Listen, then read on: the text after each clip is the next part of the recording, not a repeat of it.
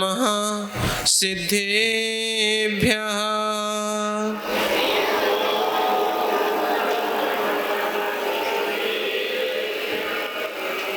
ॐ नमः सिद्धेभ्यः।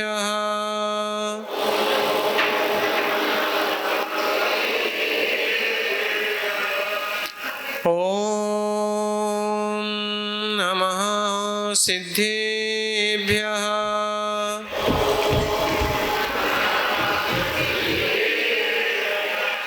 नमो अरिहन्ताणं नमो सिद्धाणं नमो आयरीयाणं नमो वज्रायाणं नमो लोये सवसाहूणम्। निरस्तकर्म सम्बन्धं सूक्ष्मं नित्यं निरामयं वन्देऽहं परमात्मानं ममूर्तमनुपद्रवम्। बोले पंच परमेष्टि भगवान की, 24 तीर्थंकर भगवान की, देवादिदेव मूल नायक श्री चंद्रप्रभ भगवान की, देवादिदेव 1008 श्री पार्श्वनाथ भगवान की, वर्तमान शासन नायक भगवान महावीर स्वामी की, अनंतानंत सिद्ध परमेष्टि भगवंतों की, संत शिरोमणि आचार्य गुरु श्री विद्यासागर जी महाराज की, परम पूज्य मुनि श्री 108 प्रमाण सागर जी हर सागर जी महाराज की, सिद्ध चक्र महामंडल विधान की।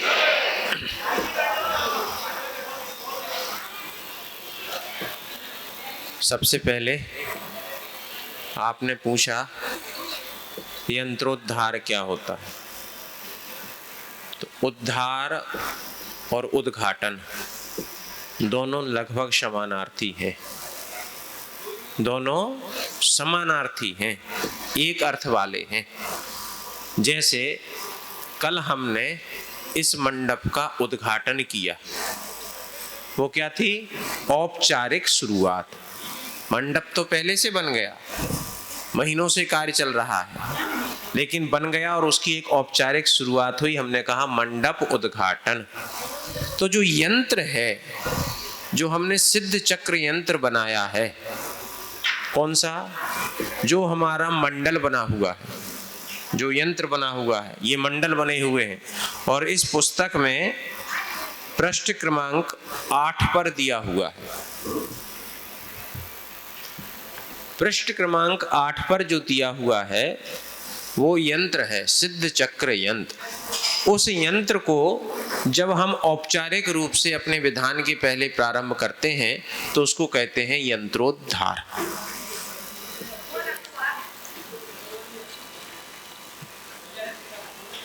इसके बाद हम समुच्चय पूजा जो एक है वो प्रतिदिन करते हैं, जो कि पृष्ठ क्रमांक 82 पर दी है।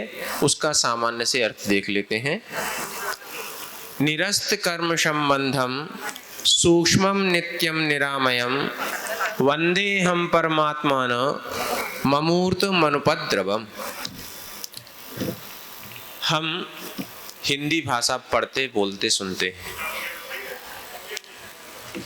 और हिंदी भाषा में जो हम बोलते हैं उसमें मुख्य रूप से, या किसी भी भाषा में हम बात करें, दो चीजें होती हैं।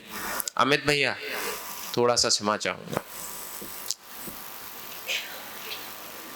कोई भी वाक्य बनता है तो उसमें दो चीजें होती हैं, एक कर्ता और फिर उस कर्ता का क्रिया, कि कर्ता क्या क्रिया कर रहा है। और फिर क्रिया जब बनती है तो उससे आगे कभी कभी कर्म जुड़ जाता है। जैसे राम खा रहा है तो राम कर्ता हो गया और खाना क्रिया हो गई। अब वाक्य को बढ़ाना है तो कर्म जोड़ने के, क्या खा रहा है? राम फल खा रहा है ना, या राम मिठाई खा रहा है। और मिठाई खाना है तो उसका हम विशेषता जोड़ दें, कौन सी मिठाई खा रहा है? मलाई खा रहा है कि रसमलाई खा रहा है? है ना। तो अकेले मलाई खा रहा है तो साधारण शब्द हो गया, और रस मलाई जोड़ दिया तो विशेषण विशेष्य हो गया। तो इसी प्रकार से जब हम काव्य लिखते हैं, काव्य को पढ़ते हैं, संस्कृत लिखी जाती है, तो उसमें इसी प्रकार से कर्ता क्रिया का संबंध खोजा जाता है, और कर्ता क्रिया के संबंध के बाद उनके विशेषणों को हम पता कर लेते हैं तो हमारा अर्थ बैठ जाता है। अब इसमें क्रिया है वंदे और अहम है कर्ता। वंदे यानी वंदना करता हूं, अहम यानी मैं, बस इतना सा वाक्य है। मैं वंदना करता हूं। किसकी वंदना करता हूं? अब वो सारी बातें जिसकी वंदना करनी है वो बाकी की 1.5 लाइन में लिखी हुई हैं। पूरी पंक्ति ऊपर की और आधी पंक्ति नीचे की। किसकी वंदना की है? निरस्त कर्म संबंधम, सबसे पहला विशेषण दिया। जिन्होंने कर्म संबंधम निरस्त, जिन्होंने संपूर्ण कर्म संबंधों को नष्ट कर दिया।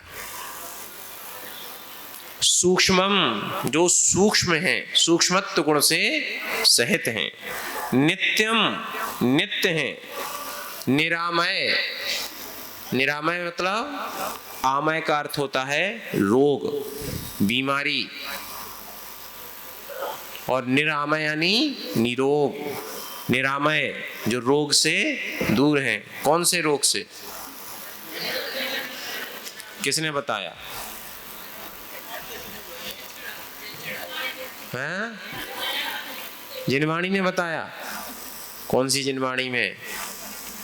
देखो, जब किसी बात का विशेष कथन नहीं हो तो सामान्य ग्रहण किया जाता है। हमारे को कई प्रकार के रोग हैं, मतलब मनुष्य में बीपी है, डायबिटिक है, डायबिटीज है, और ज्यादा नहीं है तो कमर दर्द ही है, सबसे ज्यादा है ना। नीचे बैठ लिए तो कमर दर्द है। तो लेकिन ये रोग मनुष्य को तो हैं, लेकिन जानवर को नहीं है। है? नहीं है ना? नहीं नहीं, ये वाले रोग नहीं है ना, नाम दूसरे होंगे। अच्छा चलो, हमारी तो कान खराब हो गए, अब 4 इंद्री के क्या खराब होंगे? उसके तो कान ही नहीं है, तो उसे वो वाला रोग नहीं है। हमारी आंखें खराब हो गई, चश्मा लगा ली, अब 3 इंद्री का क्या होगा? आंखें ही नहीं है। तो जब रोग की बात की तो ऐसा रोग खोजना जो सबके हो। हाँ, क्षुधा रोग सबको है, बहुत बढ़िया। देवताओं की नहीं है, कथनचित, कथनचित नहीं है। व्याकुलता नहीं होती, क्योंकि वहां पर व्याकुलता वेदना और वेदना का समाधान, उसमें अंतर नहीं है। वहां अनुभव हुआ कि भूख लगी और वहां कंठ से अमृत झर गया, ऑटोमेटिक है। दीपक जलाया और प्रकाश हो गया। तो ऐसे रोग की खोज की जाए जो सबको हो, एक इंद्रिय को भी हो, निगोदिया को भी हो, देवों को भी हो। तो वो रोग कौन सा है? जन्म जरा मृत्यु। हाँ, तो जो जन्म और जरा और मृत्यु, इन तीनों रोगों से रहित हैं, निरामय हैं, निरोगी हैं। और निरोगी होने का मतलब क्या है? स्वस्थ हैं। और स्वस्थ का मतलब क्या है? 100 में स्थित हैं। हम कहते हैं ना स्वस्थ हैं, तो स्वस्थ हैं कौन है? जो आत्म स्वरूप की अपेक्षा अपने आत्म में स्थित हैं, वे सिद्ध स्वस्थ हैं। और जब मनुष्य के शरीर के वात, पित्त और कफ, ये तीनों वेग अपने अपने में स्थित रहते हैं तो मनुष्य स्वस्थ रहता है। और इन 3 में से कोई एक गड़बड़ होता है तो मनुष्य बीमार होता है। सारी बीमारी इन्हीं से है, नाम कुछ भी दे दो। आयुर्वेद कहता है कि वात, पित्त और कफ, ये 3 हैं। 3 चीजें मनुष्य के शरीर में हैं। जब ये अपने बैलेंस में रहती हैं, मनुष्य स्वस्थ रहता है। और इनमें से किसी एक का बैलेंस गड़बड़ होता है तो मनुष्य बीमार हो जाता है। इसलिए कहते हैं स्वस्थ। चलो, तो निरामय हो गया। ऐसे परमात्मानम, ऐसे परमात्मा को जो अष्ट कर्मों से कर्म संबंधों को नष्ट करने वाले हैं, सूक्ष्म हैं, नित्य हैं, जन्म जरा मृत्यु रोग से रहित हैं, अमूर्तम और अमूर्त हैं, मूर्त नहीं है, दिखाई नहीं देता। अब देखो इस संसार में एक परंपरा है जो कहती है कि ईश्वर कण कणवासी है, हर कण में ईश्वर है। वो कहाँ पर ईश्वर है? रूपणाएं थोड़ी सी गड़बड़ हो गई। जैन दर्शन कहता है कि ढाई दीप का ऐसा एक भी कण नहीं, सुई की नोक के बराबर भी ऐसा भाग नहीं जहां पर सिद्ध परमेष्टि मोक्ष को प्राप्त ना हुए हों। पूरे ढाई दीप की बात कर रहा हूं, जहां आप बैठे वहां भी है ना। तो वो परमात्मा कहाँ है? कण कण में है, लेकिन दिखाई नहीं देता। तो अमूर्तम, जो अमूर्त है, अमूर्त परमात्मा कौन है? सिद्ध परमेष्टि। और कैसे हैं? अनुपद्रवम, उपद्रव से रहित। उपद्रव जानते? सतभैया जी बैठे अच्छे से जानते होंगे। जो बुंदेलखंडी को कहते उपद्री है, वो उपद्रव है। उपद्रव का मुख प्रयत्न लाघव से उपद्री हो गया। तो उपद्रव, उपद्रव का मतलब किसी प्रकार का कोई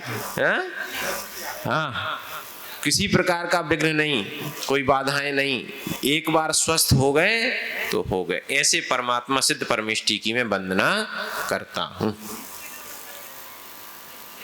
नित्य हैं, अपने स्वरूप में नित्य हैं। अब वहां से कभी स्वरूप से विकार को प्राप्त नहीं होंगे, स्वभाव से विभाव में नहीं जाएंगे। हम भी संभल जाते हैं, हमारे भी परिणामों की शुद्धि बन जाती है, लेकिन कब तक? कई बार शंका समाधान में पूछते, महाराज जी आपके पास आते हैं तो ऐसा लगता है कि बस आप जो कह रहे हैं बिल्कुल सही है, हम भी ऐसा करें, लेकिन जैसे ही बाहर निकलते हैं, घर पहुंचते हैं, तो परिणामों की स्थिरता नहीं है। लेकिन सिद्ध परमेष्टि कैसे हैं? नित्य, स्थायी है, परमानेंट है, लाइफ टाइम वैलिडिटी है। और लाइफ कितनी है? एंडलेस। सिद्धों की लाइफ कितनी है? एंडलेस। और वैलिडिटी लाइफ टाइम है, और वहां पर कोई बट एंड भाई भी नहीं है। तो इस प्रकार से ऐसे सिद्धों की मैं वंदना करता हूं।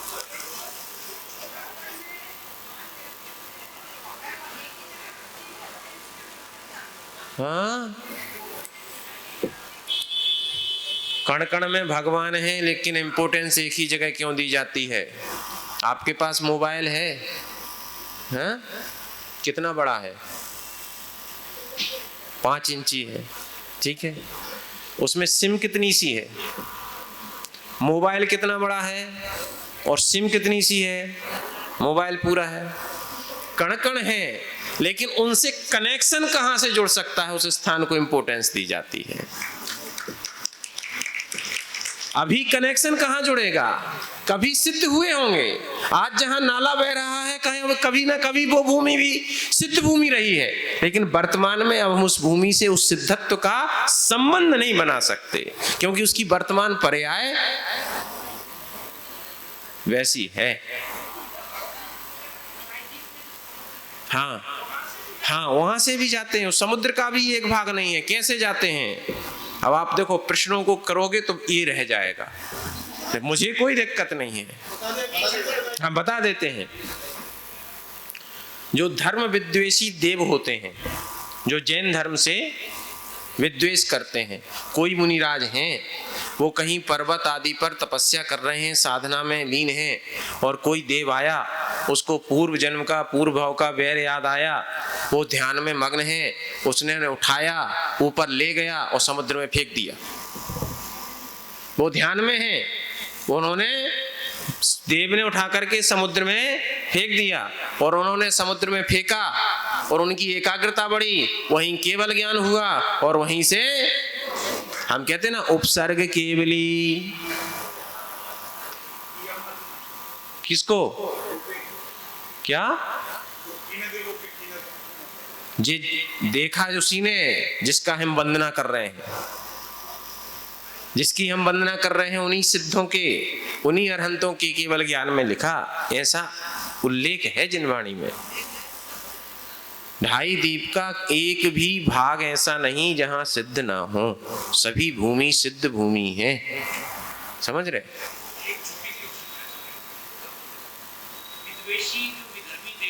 हाँ हाँ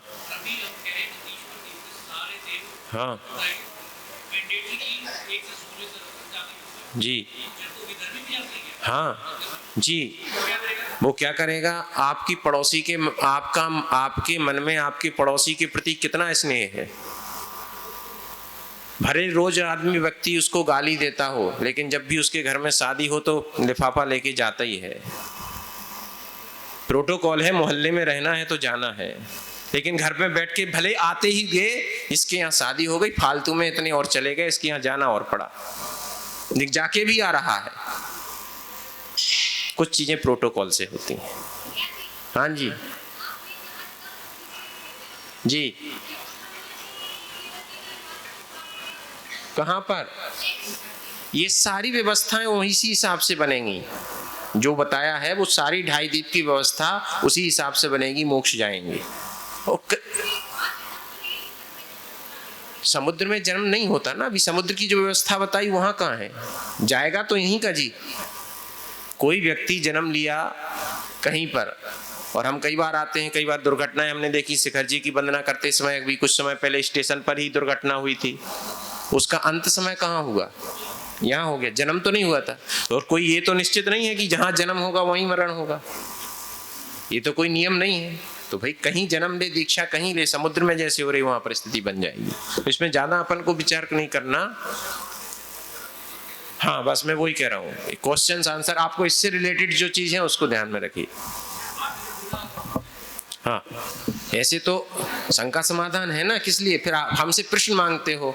भैया जी प्रश्न दे दो। अब आपने को जो प्रश्न है वो लिखते जाओ और शंका समाधान में पूछना, आपका भी काम हो जाएगा।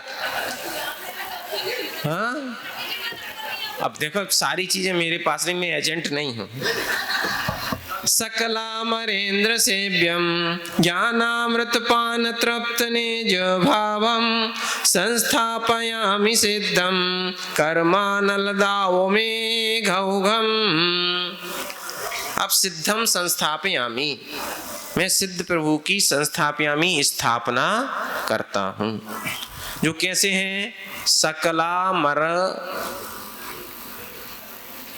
अमरेंद्र सेव्यम, सकल यानी सभी, अमर यानी देव। अब देखो आप कहोगे ऐसा कैसे, अमर क्यों कहते हैं? क्या देव मरते नहीं हैं? फिर भी किसको, उनको क्या कहते हैं? अमर। क्यों कहते हैं? भाई मनुष्य जितनी जल्दी मर जाता है, मनुष्य की आयु जितनी कम है, उस अपेक्षा से देवताओं की आयु बहुत लंबी है ना। अकाल मरण नहीं होता, इस अपेक्षा से उनको अमर कहा जाता है। और ये लोक व्यवहार है, व्यवहार से चलता है। सकला मरेंद्र सेव्यम, सभी देवताओं के द्वारा जो सेवित हैं। ज्ञानामृत पान तृप्त निज भावम, ज्ञान रूपी अमृत का पान करने से तृप्त हो गए। क्या? ज्ञानामृत, ज्ञान रूपी अमृत का पान करने से तृप्त हैं। किसका स्वाद लिया? निज भावम, निज भाव का ज्ञान लिया, अपने भाव का। क्यों? क्योंकि वहां ज्ञान ज्ञाता ज्ञेय तीनों एक ही हैं।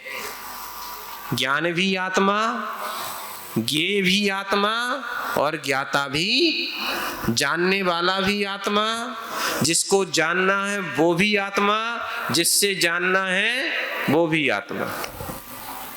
समझ गए? नहीं समझे? समझ गए ना? ठीक, चलिए। और कर्मानल दाव मेघौघम, कर्मानल कर्म रूपी ना भैया, अनल दाव, दावानल, कर्म रूपी दावानल के लिए मेघ औघम, जो मेघ के समान है। जैसे जंगल में आग भड़के तो किससे बुझती है? बारिश से, बादल उसको बुझा देते हैं। तो जो कर्म की आग लगी हुई है, उस आग को बुझाने के लिए जो मेघ के समान है, ऐसे सिद्धम संस्थापयामि, मैं सिद्ध प्रभु की स्थापना करता हूं।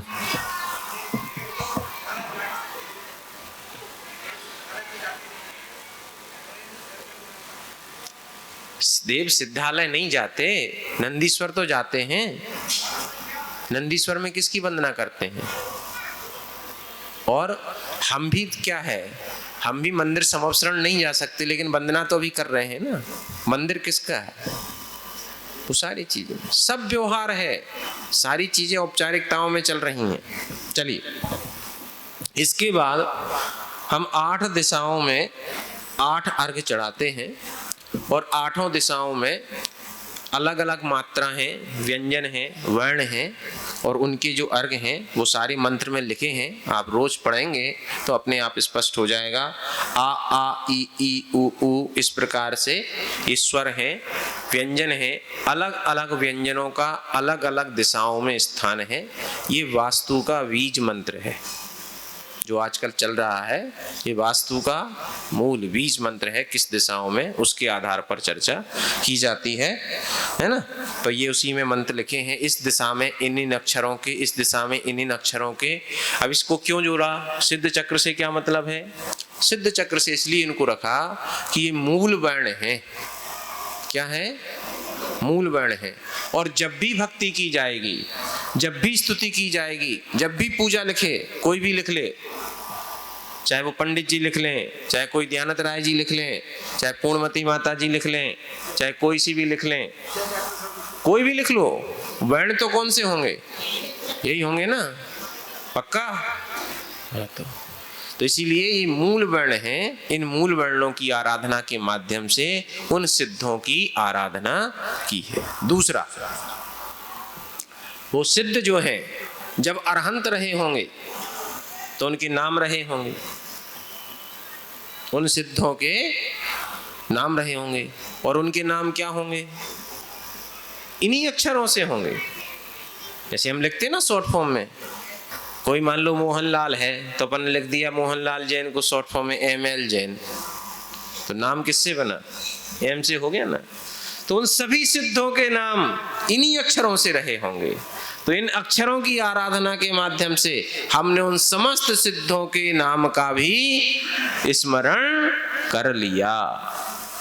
ये मूल अक्षरों का प्रभाव है। ठीक है, चलो। अनाहत, अनाहत विद्या, ये अनाहत विद्या है। ये जो अक्षर हैं अनाहत विद्या। आहत का मतलब होना, नष्ट भ्रष्ट होना, टूटना, और ये है अनाहत, ये कभी टूटते नहीं है, है ना। अनाहत, नष्ट नहीं होते। आप राम को तो तोड़ सकते हो, रा अलग कर दो, आ अलग कर दो, मा अलग कर दो, लेकिन रा को क्या तोड़ोगे? तो ये अनाहत विद्या का मतलब है लास्टेस्ट यूनिट ऑफ वर्ड, शब्द की, अक्षर शब्द की अंतिम इकाई, जिसको और कोई उसका भेद नहीं हो सकता। वो अनाहत विद्या, मूल विद्या, स्वर विद्या, जिसके 2 भाग नहीं हो सकते।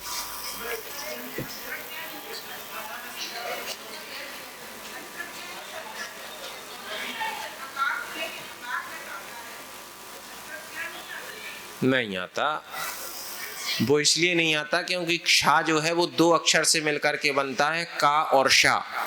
त्रा जो है वो ता और रा से मिलकर के बनता है, और जिसको हम ज्ञा बोलते हैं वो वास्तव में न्या है, जो कि जा और न्या से मिलके बनता है। इसलिए उनको अलग से नहीं लिया गया।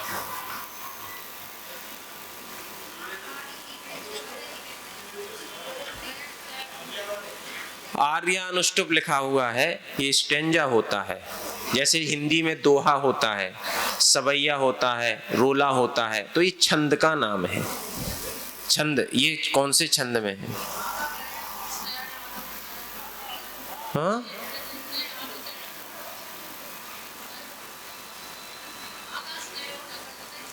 हाँ, वो रा नीचे होता है, जो रा ऊपर चला जाता है, वो ऊपर चला जाता है क्योंकि हल्का होता है। वो वास्तव में बीच में ही होता है। जैसे हम लिखते हैं कर्म, कर्म है धर्म, तो उस पर अक्षरों की स्थिति क्या है? धा, आधा रा और मा, धर्म। अब चूंकि रा जो है उसमें स्वर नहीं है, अब स्वर नहीं है तो उसका जो वजन था वो हल्का हो गया। और हमारा नियम है हमारा मतलब प्रकृति का नियम है, नेचुरल लॉ है कि भारी वस्तु नीचे जाती है और हल्की वस्तु ऊपर जाती है। हाँ, परिग्रह सहित चक्रवर्ती यदि अपने परिग्रह के साथ मरे तो नियम से बहवारम परिग्रहत्वम नारकस्यायुषः, और जो जितना निष्परिग्रह हो जाता है वो उतना, तो रा ने जो है आधे परिग्रह का त्याग कर दिया है, जो स्वर का परिग्रह था वो छोड़ दिया है, इसलिए वो माँ के सिर पर बैठ गया है। तो वो रा की स्थिति माँ से पहले है, कर्म धर्म ऐसे।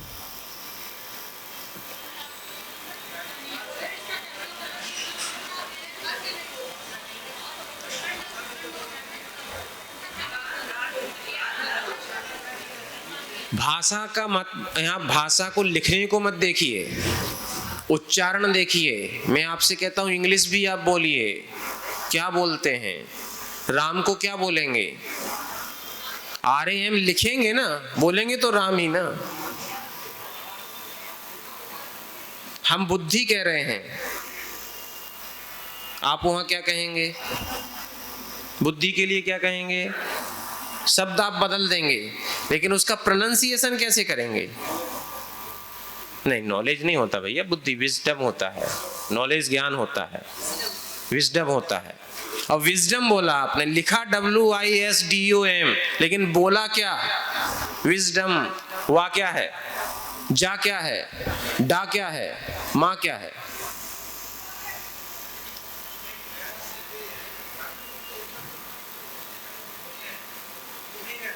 जो इसकी बात चल रही वहां से भी, जो मूल भाषा की वहां से बात कर रहे हैं, उससे करेंगे। भाषाओं में कुछ परिवर्तन बदल। अच्छा, आपको मैं एक बात बताता हूँ, मनुष्य की पहचान क्या है? 2 आंखें हो, 2 कान हो, 1 नाक हो और इसके 2 भाग हो। नाक एक ही हो लेकिन भाग 2 हो, है ना?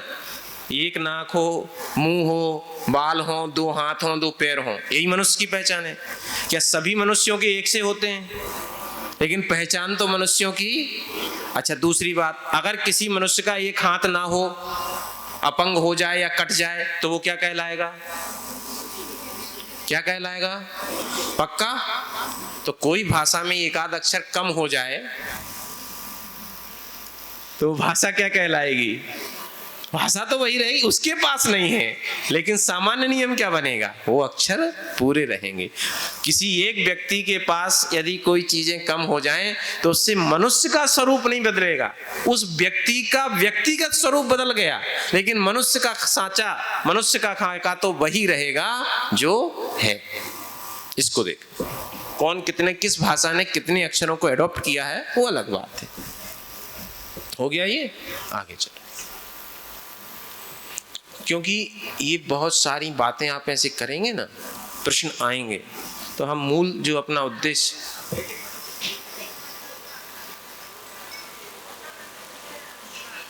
सुनाई नहीं दे रहा मुझे, 8 का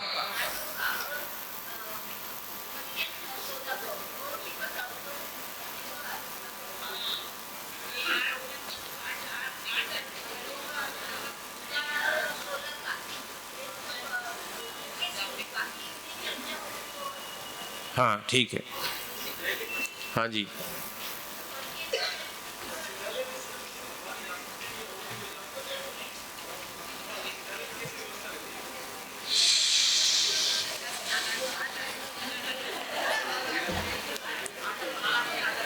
आप पैरेलल गवर्नमेंट मत बनवाओ, शंका समाधान एक मन से होता है, वहीं चलने दो। सिद्धों को देखो, सुनो। हाँ, अब आपने पूछ लिया, आखिरी प्रश्न का जवाब दे रहा हूँ, इसके बाद नहीं दूंगा, इसके बाद हम वन वे ट्रैफिक पे चलेंगे। सिद्धालय में कोई भी जा सकता है और सब जाते हैं। मनुष्य भले ना जा पाए, लेकिन एक इंद्रिय जीव जाता है और निगोदिया जीव रहता है। हर सिद्ध परमेष्ठी की आत्मा में अनंतानंत निगोदिया रहते हैं। उन आत्म प्रदेशों पर, जिन प्रदेशों पर सिद्ध परमेष्ठी हैं, उन्हीं प्रदेशों पर निगोदिया जीव भी हैं। तो वो सिद्धालय तो पहुंच गया, लेकिन वो सिद्ध नहीं हुआ, इसलिए वहां से वापस आ जाता है। अच्छा, आप ध्यान रखो, मोक्ष क्या है? मोक्ष कहाँ है?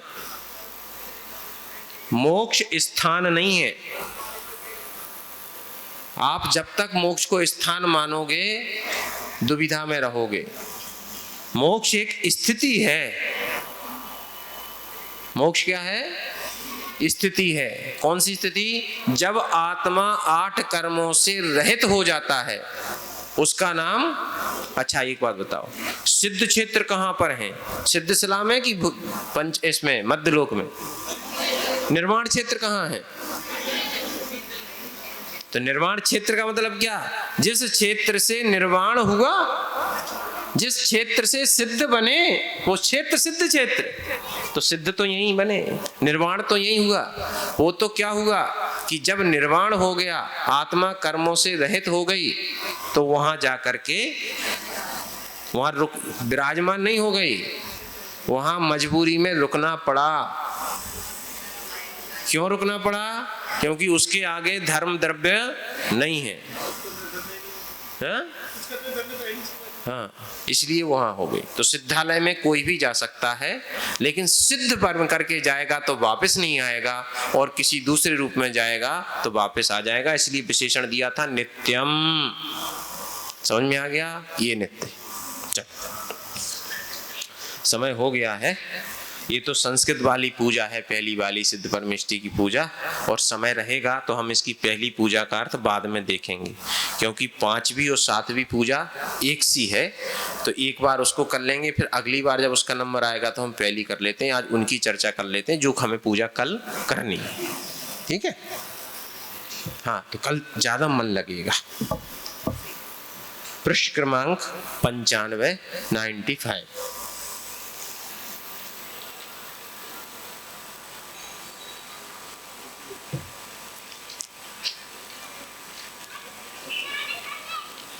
देखिए, ऊर्ध्वाधोरयुतं सविन्दु सपरं ब्रह्मस्वराविष्टितं वर्गापूरितदिग्गताम्बुजदलं तत्सन्धितत्वान्वितम् अन्तः पत्रतटे स्वनाहतयुतं ह्रीङ्कारसंवेष्टितं देवं ध्यायति यः समुक्तिसुभगो वैरीभकण्ठीरवा। ये जो श्लोक है, ये पूरा सिद्ध चक्र यंत्र है, जो पूरा आपके हर मंडल पे बना हुआ है। जो पुस्तक में अभी मैंने पृष्ठ क्रमांक 8 पे बताया था, वो पूरा इस श्लोक में बताया गया है। देखो, आप इसको अर्थ देखना है, और फिर आज का अर्थ इसी में हो जाएगा। पूरा समय आज इसी में हो जाएगा, हो जाएगा, हो जाएगा। चलो देखो, ये छंद है, ये छंद हो गया। संस्कृत में अलग अलग छंद होते हैं, जिसमें अलग अलग अक्षर होते हैं। तो जो ये छंद के नाम दिए हुए हैं, कि इसका नाम क्या भी बताया था ना, कि दोहा, जैसे हिंदी में दोहा होता है, रोला होता है, चौपाई होती है, ये अलग अलग छंद है। ऐसे ही संस्कृत के छंद है। तो इनको इसलिए दिया है कि ताकि इनको देखते ही इनको पढ़ने में लय ज्ञात हो जाए, सुविधा हो जाए, हम उसको समझ सकें। ठीक है? अब देखो, सबसे पहले बीच में लिखा है रम। यंत्र के बीच में क्या लिखा है? रम। ऊर्ध्वाधोरयुतम। ऊर्ध्व यानी ऊपर, और अधो यानी नीचे, है ना? रा युतम, रा से सहित। तो हा में ऊपर भी रा है, और हा के नीचे भी रा बना है। ठीक है? सविंदु सपरम, और जो बिंदु से सहित है, जिसके बाद में पर, सपरम, सविंदु सपरम, बाद में बिंदु है, तो ये बिंदु हो गया। राफ, जो रेफ की मात्रा है, रेफ है, उसके नीचे बिंदु है। ब्रह्मस्वरावेष्टितम। अब जो ब्रह्म स्वर हैं, मूल स्वर हैं, उनसे वेष्टित है।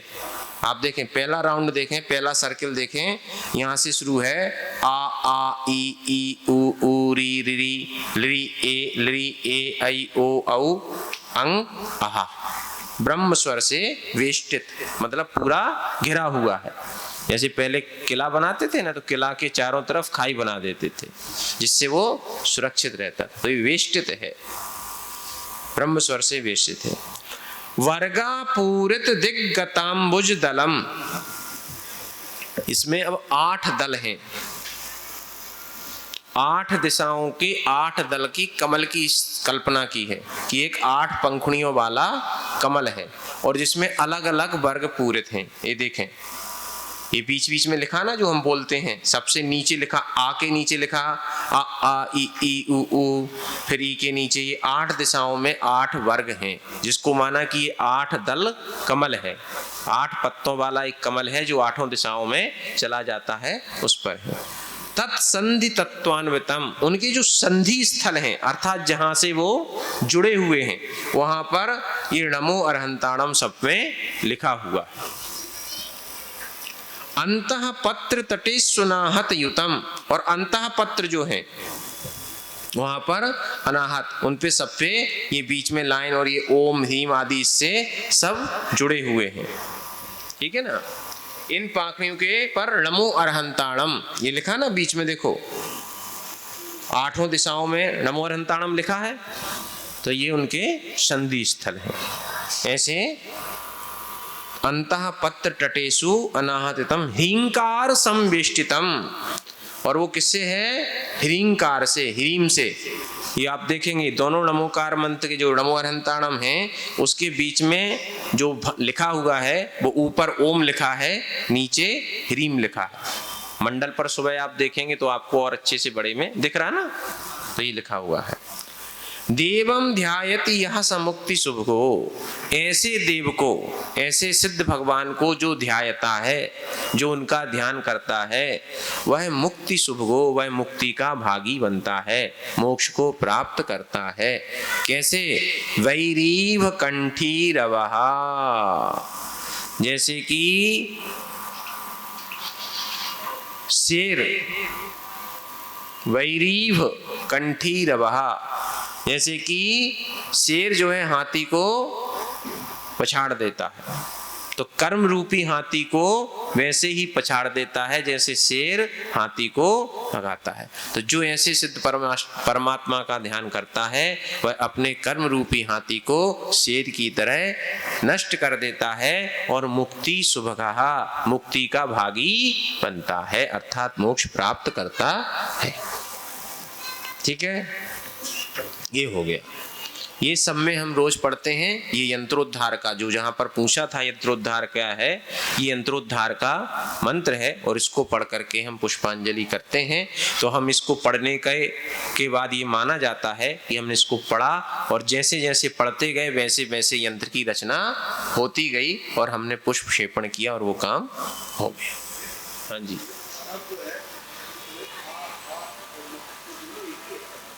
क्या? नहीं, वो अलग है, अलग है। चलिए अब देखते हैं हम पूजा को, दूसरी पूजा जो कल करेंगे।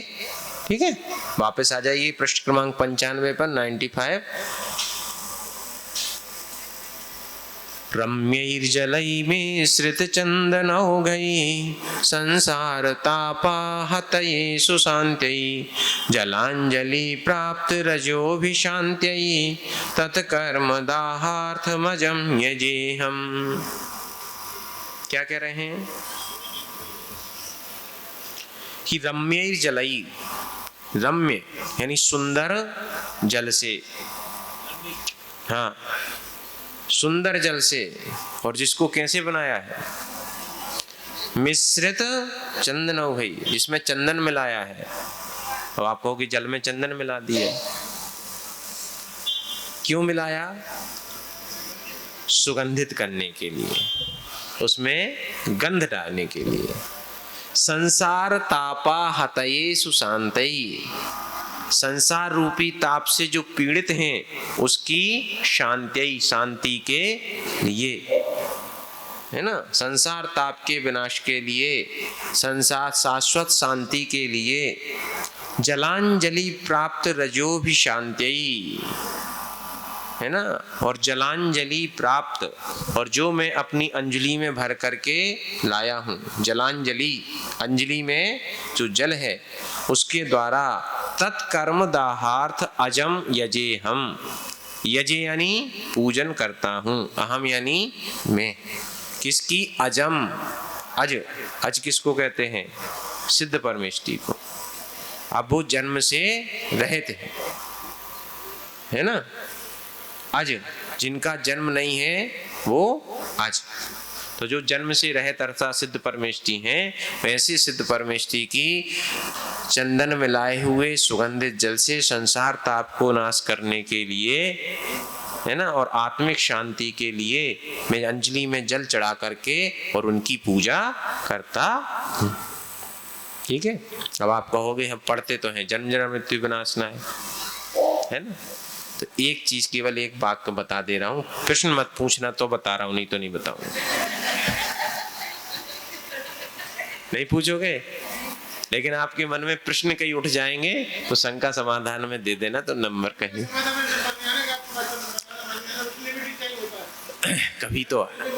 कभी तो आएगा, उम्मीद रखो।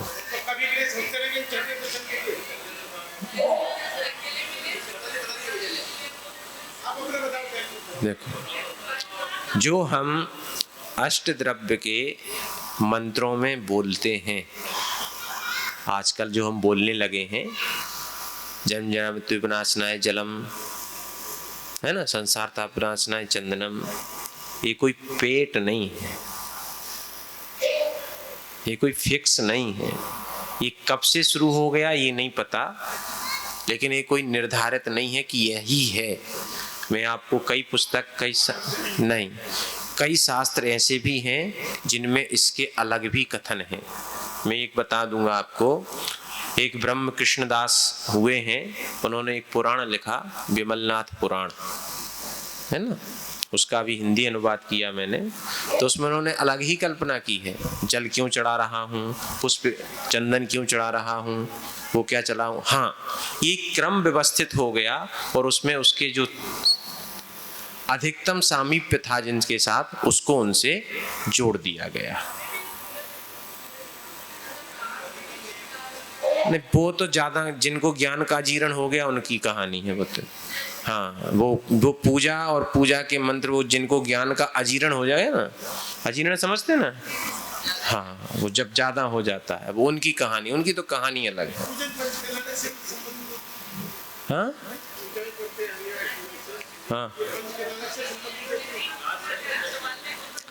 सत्कुमकुमई सज्जतरई सुगंधई संतप्त हेमनश्च रसई दिवेदई सचंदनई नंदित भृंग वृंदई तत्कर्म दाहार्थमजं यजेहम। सत्कुमकुम, अच्छा कुमकुम लाए हैं, बाजार का रेडीमेड नहीं। हाँ, कुमकुम सज्ज तरई, बहुत अच्छे से सजाया है, सुगंधई, बहुत सुगंधित है, ऐसे संतप्त हेमनश्च, और कैसे कैसे चमक रहा है, तपाए हुए सोने के समान, ऐसा लग रहा कि सोना पिघला दिया और पिघला सोना ले आए हैं, है ना, समझ रहे।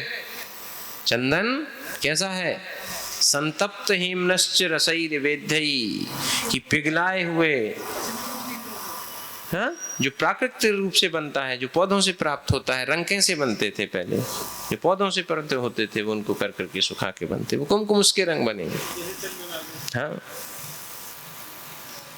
रसई निवेद्यई, उसके समान तपाए हुए सोने के समान चमक वाले, सच्चंदनई, ऐसे उत्तम चंदन के द्वारा, और कैसा है, नंदित भृंग वृंदई, भृंग का मतलब भौरा, वृंद यानी समूह, नंदित, और जिसकी गंध को सूंघ करके और भौरों के समूह आनंदित हो चुके हैं और उधर मंडराने लगे हैं, ऐसा सुगंधित चंदन लाया हूं, और ऐसे सुगंधित चंदन को हे भगवान इस संसार ताप के दाह को, है ना, तत्कर्म दाहार्थ, उन कर्मों को जलाने के लिए ये ऐसा चंदन आपको चढ़ाता हूं, ऐसे चंदन के द्वारा आपकी पूजा करता हूं।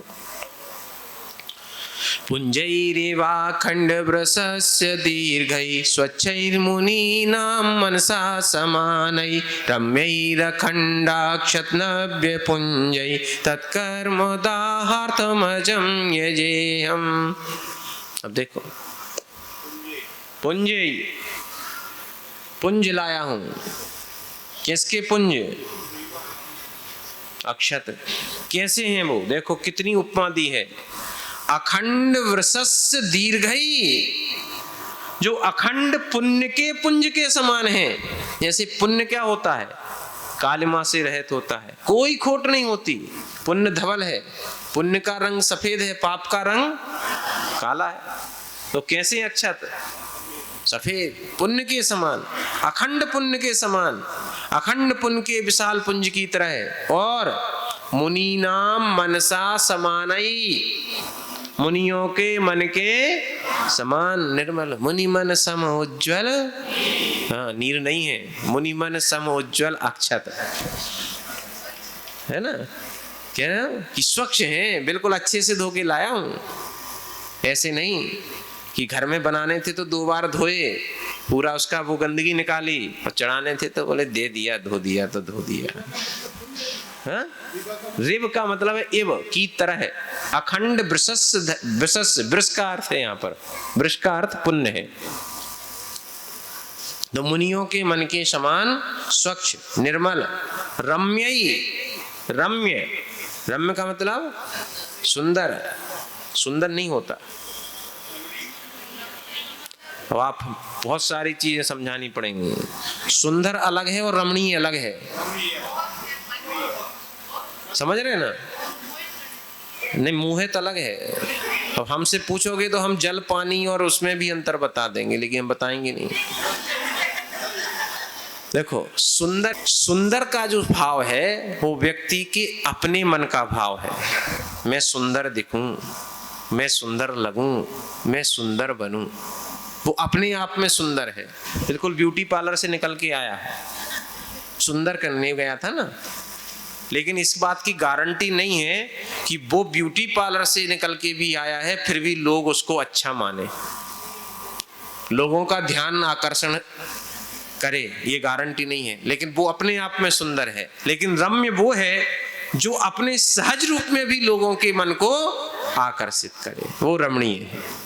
जो सहज सुंदरता है वो रमणीयता है। तो रम्य, ये रम्य, ये रम्य, सुंदर, रमणीय, जो मन को आकर्षित करें, ऐसे अखंड अक्षत नव्य पुंजई, अखंड यानी सावुत अक्षतों के नव्य पुंजई, नव्य पुंज, नव्य मतलब नए नए, नए नए का मतलब क्या है? तुरंत धो के लाया हूं, तुरंत धो करके लाया हूं। ऐसे पुंज, ऐसे अक्षतों के द्वारा मैं सिद्ध परमेष्टि की पूजा करता हूं। गंधावलोब्धाखिल पुष्प लिड्भी सत्पुष्प बाणा हतये सुपुष्पै राजीव जाति शतपत्र काद्यैस् तत्कर्म दाहार्थमजं यजेहम्। अब क्या चढ़ाना है? पुष्प। कैसे पुष्प हैं? गंधाव लुब्धा खिल पुष्पलिड्भी, जिनकी गंध से आकर्षित होकर के भौरे मडराने लगे हैं। ऐसे सत्पुष्प बाणा हतये, ऐसे सत्पुष्प बाण यानी काम भाव को हतये दूर करने के लिए सुपुष्प ही, सुंदर पुष्पों के द्वारा। कौन से? राजीव, राजीव यानी कमल, जाति शत, है ना, जाति शत यानी चमेली, चमेली, चमेली का फूल होता है ना, चमेली। और पत्रक यानी शतपत्रक, जाति यानी चमेली, और शतपत्रक, शतपत्रक यानी शतदल कमल, 100 पत्तों वाला कमल होता है ना। तो सामान्य कमल, चमेली और शतदल कमल आदि पुष्पों के द्वारा मैं कर्म समूह को जलाने के लिए सिद्ध परमेष्टि की पूजा करता हूं।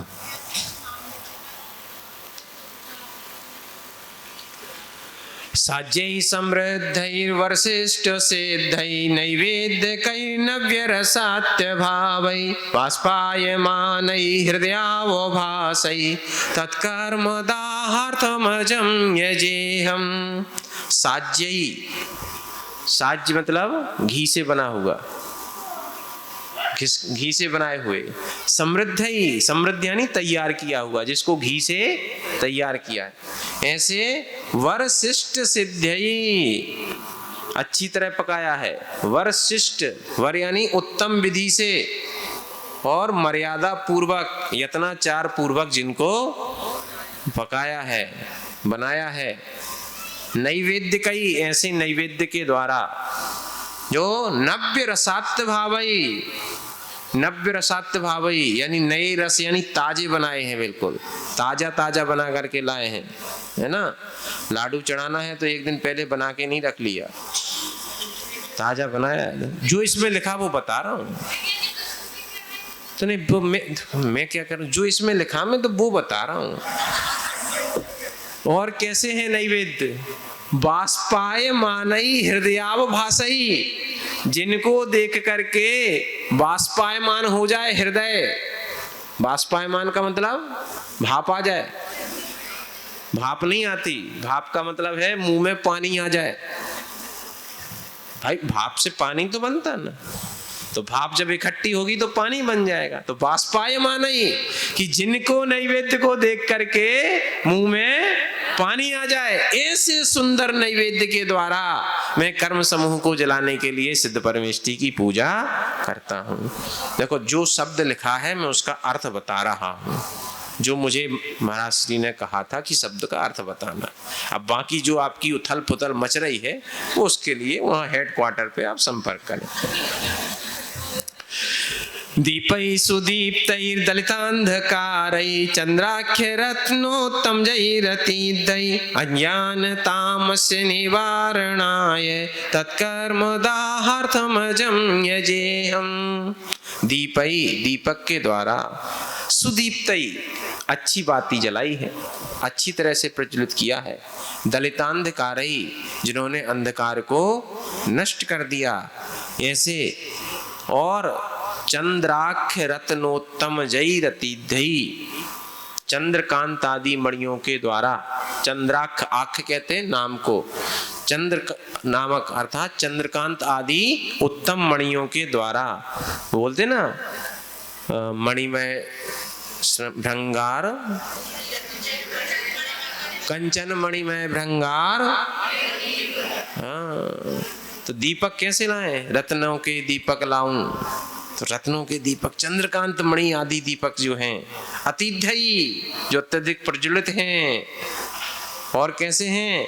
अज्ञान तामस्य निवारणाय, अज्ञान रूपी ताम यानी अंधेरे को दूर करने के लिए मैं सिद्ध प्रभु की पूजा करता हूँ। इनः समूहा हतये नितान्तं ज्ञानादिदाहोद्भवधूमकैर्वा सद्धूपधूमैर्धर्मसिद्ध्यै तत्कर्मदाहार्थमजं यजेहम्। आप क्या कह रहे हैं? इनः, इन कहते हैं पाप को, इनः यानी पाप, पाप के समूह को हतये नष्ट करने के लिए। कैसे? नितांतम, बिल्कुल पूर्ण रूप से। पाप तो हम अब भी नष्ट कर रहे हैं, नहीं कर रहे? कर रहे हैं कि नहीं कर रहे? हर जीव पाप नष्ट करता है, कोई काट के करता है, कोई भोग के करता है। हर क्षण जो कर्म उदय में आ रहा है वो झर रहा है, तो नाश को तो प्राप्त हो रहा है ना। लेकिन उससे काम नहीं चलता। क्यों नहीं चलता? हाँ, जाते दो हैं वो आते 20 हैं, तो काम नहीं बन रहा। इसलिए कैसे? नितांतम, पूर्ण रूप से पाप समूह को बिल्कुल जड़ से समाप्त करने के लिए। और ज्ञानादि दाहोद भव धूम कैर्वा, और कौन सी अग्नि में? ज्ञानादि दाहोद भव, ज्ञान के से जो प्रज्वलित अग्नि है, उस ज्ञान अग्नि में क्या करने के लिए? पाप कर्म के, पाप समूह को नष्ट करने के लिए। सद्दूप धूमैर, उत्तम धूप के द्वारा, है ना। धृत धर्म सिद्ध्यई, और जो मेरी आत्मा का धर्म है। अब देखना, धर्म का मतलब क्या है? स्वभाव। तो जो मेरी आत्मा का स्वभाव है, उस स्वभाव को सिद्ध्यई, उस स्वभाव को प्राप्त करने के लिए। आप कहोगे सिद्धि का मतलब प्राप्ति कैसे हो गया? है? सिद्धि का मतलब प्राप्ति होता है? तो सिद्ध मंत्र करे जात तो भाई तो फिर प्राप्त हो गए। मैथ तो सबने पढ़ी है, मैथ पढ़ी है, किस किस ने नहीं पढ़ी? सबने पढ़ी। कोई भी आप क्वेश्चन सॉल्व करते थे और उसके बाद लास्ट में क्या लिखते थे? डेट सॉल्व, और आंसर आ गया। वो आंसर कहां से आया? हमने बनाया नहीं, आंसर तो पहले से है, उसी क्वेश्चन में ही आंसर है, लेकिन हमने उसको क्या किया? सॉल्व किया। तो उसको क्या कर दिया? सिद्ध कर दिया। सॉल्व की हिंदी क्या है? इति सिद्धम। तो सिद्ध हो गया, मतलब जो आंसर था हमने उस प्रश्न में छुपा हुआ उत्तर प्राप्त कर लिया, तो उसको हमने कहा सिद्ध कर लिया। तो धृत धर्म श्रद्धेयी, जो आत्मा का छुपा हुआ स्वभाव है, उस स्वभाव को प्राप्त करने के लिए, और वो प्राप्त कब होगा? जब कर्म समूह दूर हो जाएगा। उसके लिए मैं ऐसे धूप के द्वारा सिद्ध परमेष्ठी की पूजा करता हूँ। घोटा सुना रंग सुलांगली भीर द्राक्षासुराजा दनदाडिमाद्यै फलैर्निरासा फलभावलब्ध्यै तत्कर्म दाहार्थमजं यजेहम्। देखो क्या बढ़िया बात कही। प्रश्न उठे गए, पहले बता दे रहा हूं, पूछना मत। घोटा, घोटा का मतलब जानते हो? ककड़ी। ककड़ी, खीरा नहीं, ककड़ी। खीरा और ककड़ी में अंतर जानते हैं? हाँ, वो लंबी वाली जो हरी सी आती है वो ककड़ी, खीरा नहीं। घोटा है नहीं, ककड़ी बोल देते हैं। अब आप रामलाल को रामू बोल दो तो क्या मना करेगा? किसी का नाम कालीचरण, उसको कालू बोल दो तो मना करेगा? वे बोलते हैं कि नहीं बोलते? तो बोलते। तो घोटा, ककड़ी, सुनारंग, हाँ, नारंगी, संतरा, सुलांगली भी, लांगली यानी नारियल, द्राक्षा, दाख, हाँ क्रिसमस कहो, अंगूर कहो, यहाँ द्राक्षा मतलब दाख नहीं, यहाँ पर अंगूर है ना। सुराजादन है ना, द्राक्षा, सुराजादन, अंगूर आदि, दाडिम, दाडिम यानी अनार है ना। ऐसे आदि, इन आदि फलई फलों के द्वारा निराशा फल भाव लब्धई, निराशा फल भाव की प्राप्ति के लिए। हाँ, स्पष्ट लिखा देखो, विषयों की आशा नहीं जिनके, वो वाली आशा कि विषयों की आशा नहीं, मतलब कोई आकांक्षा नहीं, आकांक्षा रहित फल की प्राप्ति के लिए। ये निराशा का मतलब है विषयों की आशा नहीं जिनके, उस आशा से रहित है ना। तो ऐसे उस फल को, अर्थात निष्कांक्ष भक्ति रूप फल को प्राप्त करने के लिए, या ऐसे फल को प्राप्त करने के लिए कि जिसके बाद कोई आशा ना रहे, कुछ शेष पाने के लिए न रह जाए, ऐसे फल को प्राप्त करने के लिए मैं सिद्ध परमेष्ठी भगवान की पूजा करता हूँ। और अंतिम पद है, दृग्ज्ञान सम्यक्त सुवीर्य सूक्ष्मं सद्गाह सत्सप्तम अव्यवादं विकर्म भावं कुस्मांजलिभिस् तत्कर्म दाहार्थमजं यजेहम्। दृग दर्शन, ज्ञान, सम्यक्त सुवीर्य, सूक्ष्मम, सद्गाह, अवगाहनत्व, सत्सप्तम, अव्यबाधम और अव्यबाधत्व। 8 गुण गिना दिए। अनंत दर्शन, अनंत ज्ञान, सम्यक्त्व, अनंत वीर्य, सूक्ष्मत्व, अवगाहनत्व, अगुरु लघुत्व और अव्यबाधत्व। सत्सप्तम, सप्त 7वां गुण है ना। हाँ ठीक है ना। कई बार मान लो दशरथ के 4 बेटे हैं और बड़े का नाम भूल गए, बोले बड़े बेटे को भेज देना, पहले को भेज देना। नाम नहीं याद आ रहा तो क्या करेंगे, तो वो कभी गिनती बताना पड़ती है, तो संख्या से काम चलता है। तो वहाँ अवगुरु लघुत्व लिखने के लिए अक्षर ज्यादा थे, कम में काम चलाना था, तो सप्तम कह दिया कि 7वां गुण भी है ना। हाँ वो तो जो खाका तो फिक्स है ना कि इतने ही अक्षर होना, उस हाँ मात्रा उतनी, उससे ज्यादा कर नहीं सकते। यही कवित्व है, यही कवि की प्रतिभा है कि वो कैसे उस सांचे में सारा काम कर दे। तो ऐसे इन 8 गुणों से सहित जो अजम, जो सिद्ध परमेष्टि हैं, उनकी विकर्म भावम, जो कर्म भाव से रहित ऐसे सिद्ध परमेष्टि को कुसुमांजलि भी, पुष्पांजलि आदि के द्वारा मैं उनकी पूजा करता हूं। सप्तम का अर्थ है 7वां गुण, अगुरु लघुत्व गुण, उसका अभिप्राय निकालेंगे। 7वां का अर्थ तो 7वां ही होता है, लेकिन दो उसका तात्पर्य अर्थ निकालते हैं, है ना। कभी बार कहते कुछ हैं और अर्थ कुछ और निकलता है ना। तो वो ही है अंतिम पुष्पांजलि वाला। सिद्धान सिद्ध महोदयान गुण गणाधीशानहं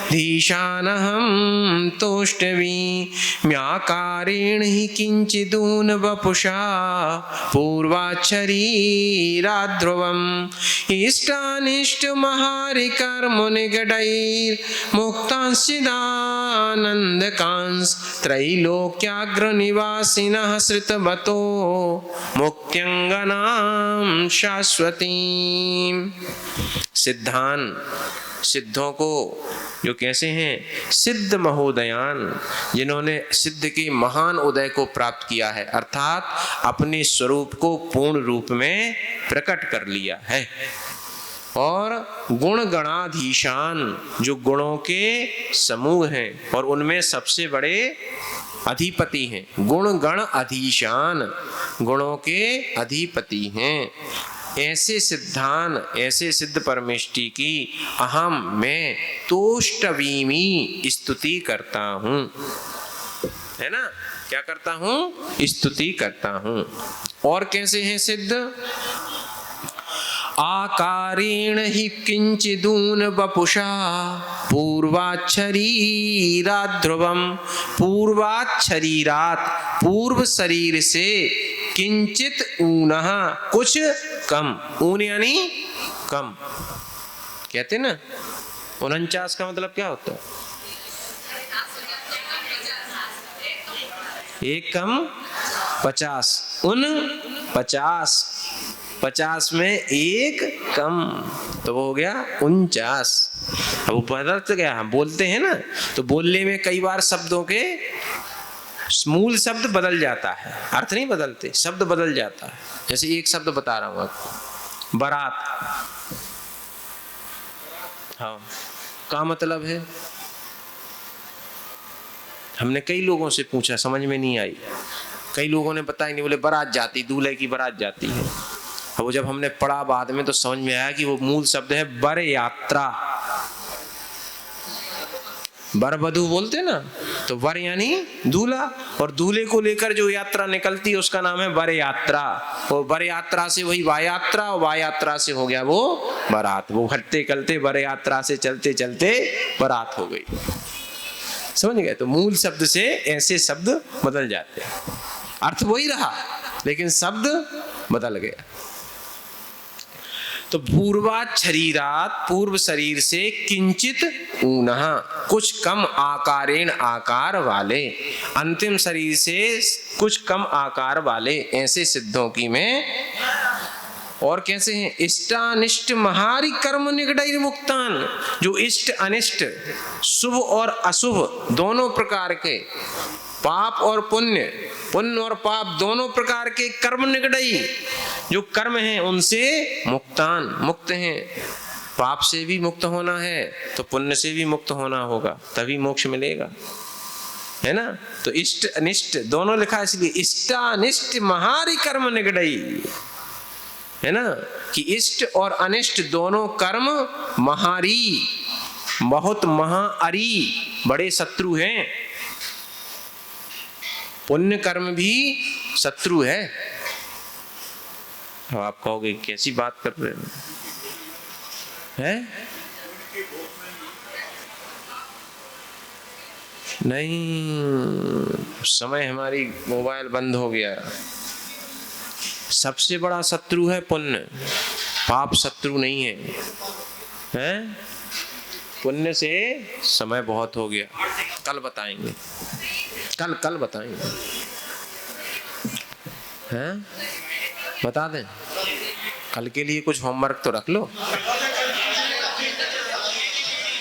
देखो, अच्छा, आप एक प्रश्न मैं आपको दे रहा हूं, आप उसका उत्तर सोचना और फिर अपन कल चर्चा करेंगे। भगवान महावीर स्वामी को केवल ज्ञान हुआ और 6 महीने, वो 66 दिन तक दिव्य ध्वनि नहीं छिड़ी। सौधर्मेंद्र को एक छल करना पड़ा, तो छल किया। अगर आप रावण को छल कहोगे तो सौधर्म ने भी छल किया। हाँ, किस लिए किया वो अलग बात हो जाएगी। अब उसने क्यों करना पड़ा, इसको सोचना। दूसरा, देखो मैं असाइनमेंट दे रहा हूं कल के लिए। भगवान आदिनाथ स्वामी ने या राजकुमार आदिनाथ ने, ऋषभ कुमार ने दीक्षा ली और 6 महीने का उपवास ले लिया और 6 महीने के बाद आहार के लिए निकले, है ना। और 6 महीने विधि नहीं मिली, तो वो क्या जरूरत थी? मेरा प्रश्न यहां शुरू होता है कि जरूरत क्या थी कि 6 महीने के 6 महीने रोज उठे? भाई मना पर ज्ञानी थे, हैं? जान लेते कि विधि मिलनी नहीं है, निमित्त ज्ञानी थे, जान लेते, नहीं उठते। भाई जब 6 महीना पूरे हो जाते उसके बाद उठ जाते, 6 महीने पूरे हो जाते उसके बाद उठ जाते। तो क्या जरूरत थी कि वो 6 महीने रोज उठ रहे हैं आहार के लिए और रोज वापस आ रहे हैं? नहीं तो मुनिचर्या तो 6 महीने बाद उठ जाते ना। हाँ हाँ, तो चर्चा कल करेंगे, आप लोग विचार कीजिए। मुझे पता आप लोग सुधी श्रावक हैं, अपने ज्ञान का उपयोग कीजिए, घोड़ों को दौड़ाइए। चलिए, तो ऐसे सिद्ध परमेष्टि को जो चिदानंद कान, जो चित आनंद में, चित यानी चैतन्य के आनंद में लीन है, त्रैलोकाग्र निवासिनः, और 3 लोक के अग्रभाग में निवास कर रहे हैं, और शाश्वती मुक्त अंगनाम सितवतो, और जो शाश्वत मुक्ति लक्ष्मी है उसका आश्रय लेकर के 3 लोक में निवास करने वाले ऐसे सिद्ध परमेष्टि भगवान की मैं स्तुति करता हूँ। ओम नमः सिद्धेभ्यः। जावाणी के ज्ञान ते सूझे लोकालोक, सो वाणी मस्तक नमो सदा देत हूँ लोक। हे जिन वाणी भारती तो हे जपो दिन रैन, जो तेरो शरणा गए सो पावे सुख चैन। देव भजो अरिहंत को गुरु सेवो निर्ग्रंथ, दया धर्म पालो सदा यही मोक्ष का पंथ। नौवर्णम कर।